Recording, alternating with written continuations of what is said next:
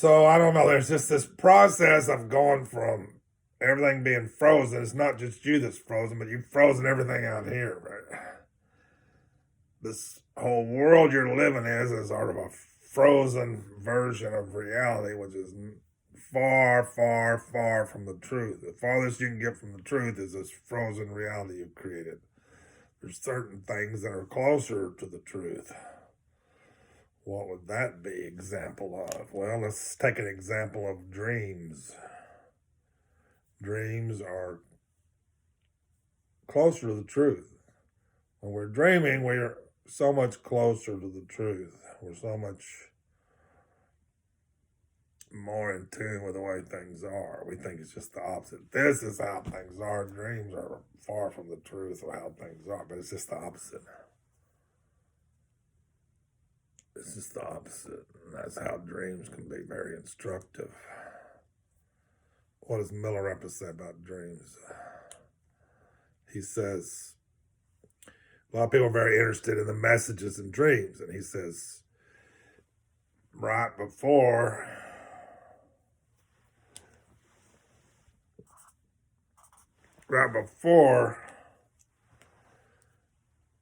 you wake up, you might have a dream which is prophetic. If it's not pretty close to before you woke up, it's meaningless. If it's the middle of the night, it's meaningless. But I'm not, and I've got a lot of dreams. I got a lot out of dreams. Don't get me wrong. But after I understood Milarepa's point, I began to pursue his point of view and pursue his point. You know, I'm not all about the message I could get in a dream. I mean, I'm not against it. I'm not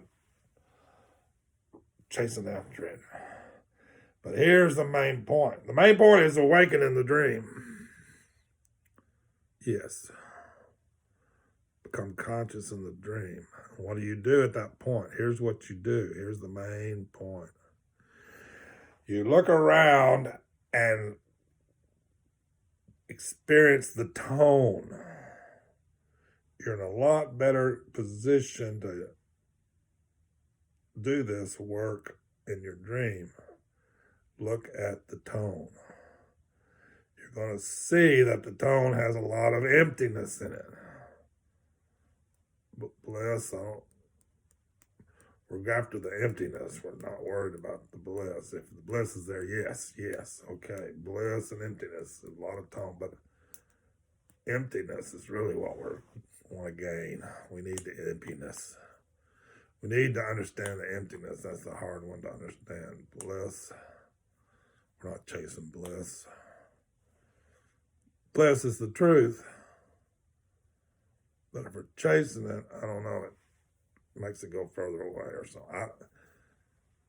It's easy to become obsessed with bliss and miss the whole point of everything, but the same can't be said about emptiness. Our whole problem is we don't understand emptiness. That's the whole point of the Vajrayana. If emptiness were not so hard to understand, there'd be no reason for the Vajrayana. It's all laid out in the Mahayana very clearly, and no problem. But the problem is emptiness is hard to understand, especially this twofold emptiness. Emptiness itself is not so difficult to understand. It's not. It's not that a lot of people have gained a profound understanding of emptiness itself. And even 1.5-fold emptiness is not that hard. It's not that difficult to get halfway to an understanding that is emptiness out there. Out there is emptiness. You can get halfway there. A lot of people have done it.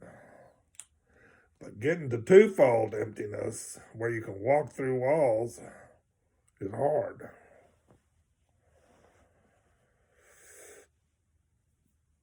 The ones who understand 2-fold emptiness be sitting in front of a rock and they can put their hand through the rock because they understand 2-fold emptiness, but not many. We don't see many of those guys. It's hard to do. That's the whole point of the Vajrayana. is to get you to twofold emptiness. The whole point of, deeply understanding what twofold emptiness means, what emptiness means intellectually, but experientially also. So the dreams are a great opportunity to get the tone of emptiness. Oh yeah, everything is emptiness. How interesting, how amazing. And then the main thing is to take that feeling tone, understanding, wisdom, knowledge, and when you wake up, apply it to this reality. Plaster that emptiness all over this reality and spend your day plastering that understanding of emptiness all over this reality. That's the main point of the powerful, powerful, powerful practice of dreaming, how you can really, really help yourself advance rather swiftly. Because we don't understand emptiness here, we don't get it. It's very hard for us to get, isn't it? But dreams are the best example in a way, but sambhogakaya, it's very good, Dharmakaya is really good, If we can spend some time in Dharmakaya, that's really, really, really good. That's where the emptiness is, but...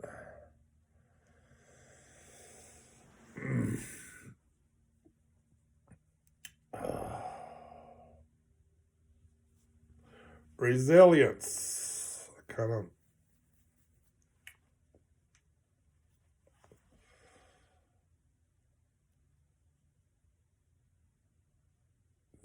you just notice that you have a tendency to be frozen, and you work on going out with the breath, or in Alexander, we work on these little movements. We're just always working on little movements to get unfrozen and get back to our true nature.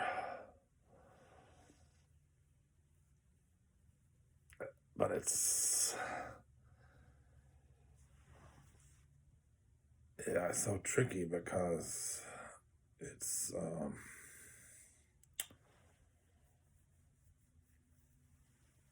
usually we grasp after a goal.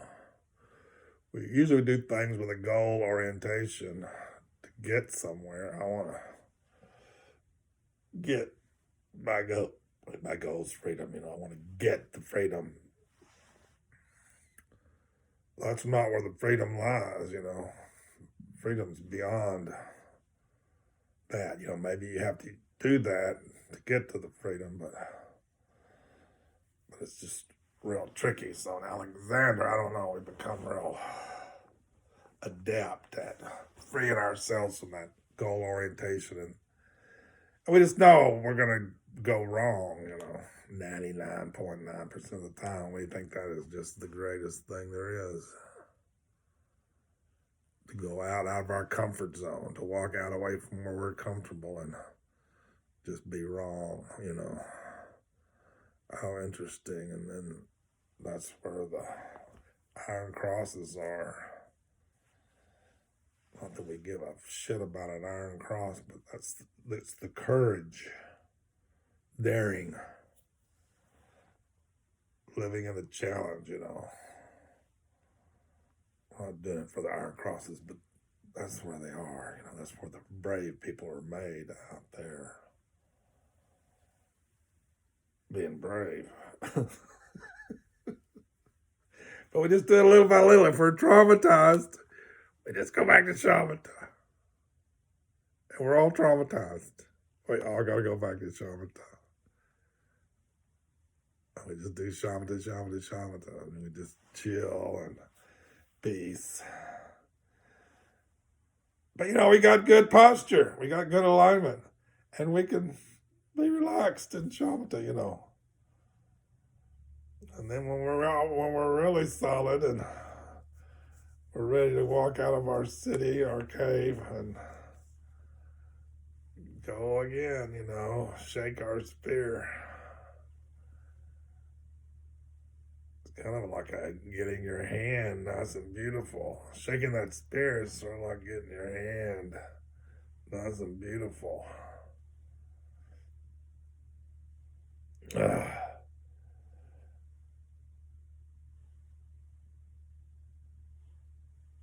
And sing, singing is like, singing is like knowing the tone. If you don't know the tone, you're not singing. Singing is like mantra, you're starting to vibrate. Singing to that dragon means you're beginning to vibrate. You're beginning to move. You're beginning to let your molecules dance. Before, your molecules couldn't dance. I mean, they wanted to dance, but they couldn't dance.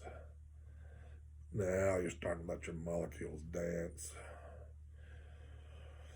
This resilience, this aliveness, everything is just like wanting to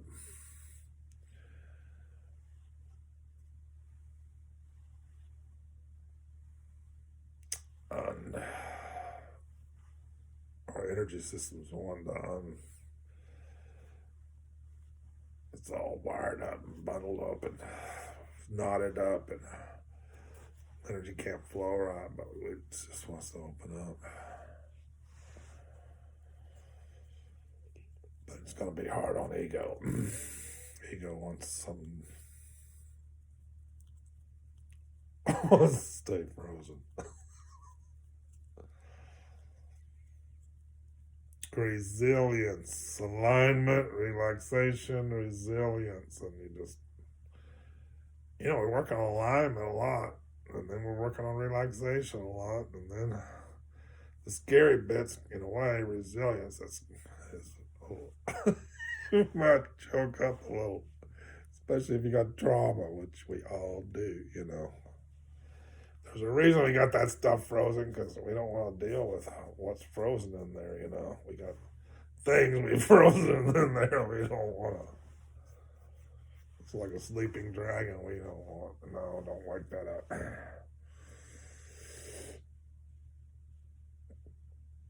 Anyway.